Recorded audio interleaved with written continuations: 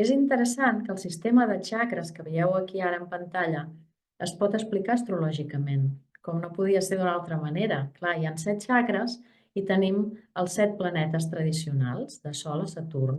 Així que seria lògic pensar que cada xacra correspongui a un planeta, no?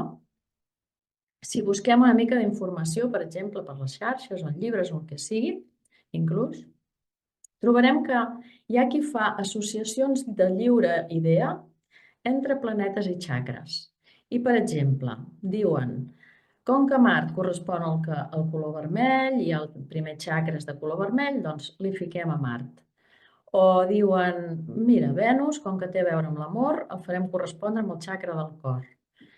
Altres persones diuen, no, perquè és clar, el cor està regit pel Sol, per tant, el xacra del cor deu correspondre al Sol.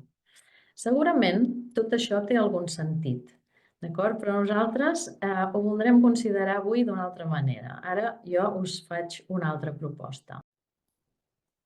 Anem a veure el sistema solar com l'etern arbre de la vida, la força vital universal fluint contínuament del Sol a Saturn i de retorn al Sol. Aquí el que he fet, que veieu ara a la imatge, és col·locar els planetes en el seu ordre natural, tal com estan en l'univers. I aquí veiem la correspondència que jo us proposo, és a dir, el Sol, el xacra de dalt, i Saturn, el xacra de baix. Aleshores, nosaltres els humans som part del cosmos, som u amb la divinitat, amb la consciència còsmica, i en aquest estat d'unió no tenim, anem a col·locar-nos allà, amb la imaginació, no tenim encara allà vehicle físic o forma física. Podríem dir que habitem en el que en llenguatge esotèric es diu el cor del Sol, i que simbolitza la consciència. És a dir, el Sol és la consciència i és atemporal. Fixeu-vos que està a dalt, és el xacra de dalt.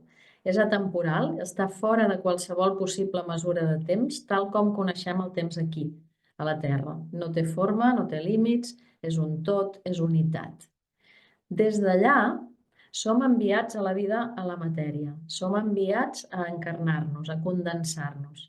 I l'encarnació, l'arrel de l'encarnació, està representada per Saturn, el xacra més baix. El Sol és el primer planeta, ja ho sabeu, en la seqüència dels 7 planetes tradicionals, i l'últim és Saturn.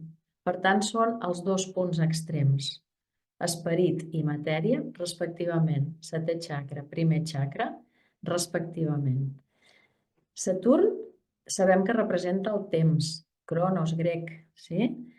Saturn és el senyor del temps tal com l'experimentem aquí a la Terra, lineal i cíclic. Saturn és concret, és el creador de formes físiques. Saturn crea i defineix la forma de tot allò que existeix. I en el nostre camí cap a l'encarnació, cap a Saturn, de Sol cap a Saturn, passem pels 7 estadis representats pels centres planetaris o xacres que hi ha de camí entre el Sol i Saturn.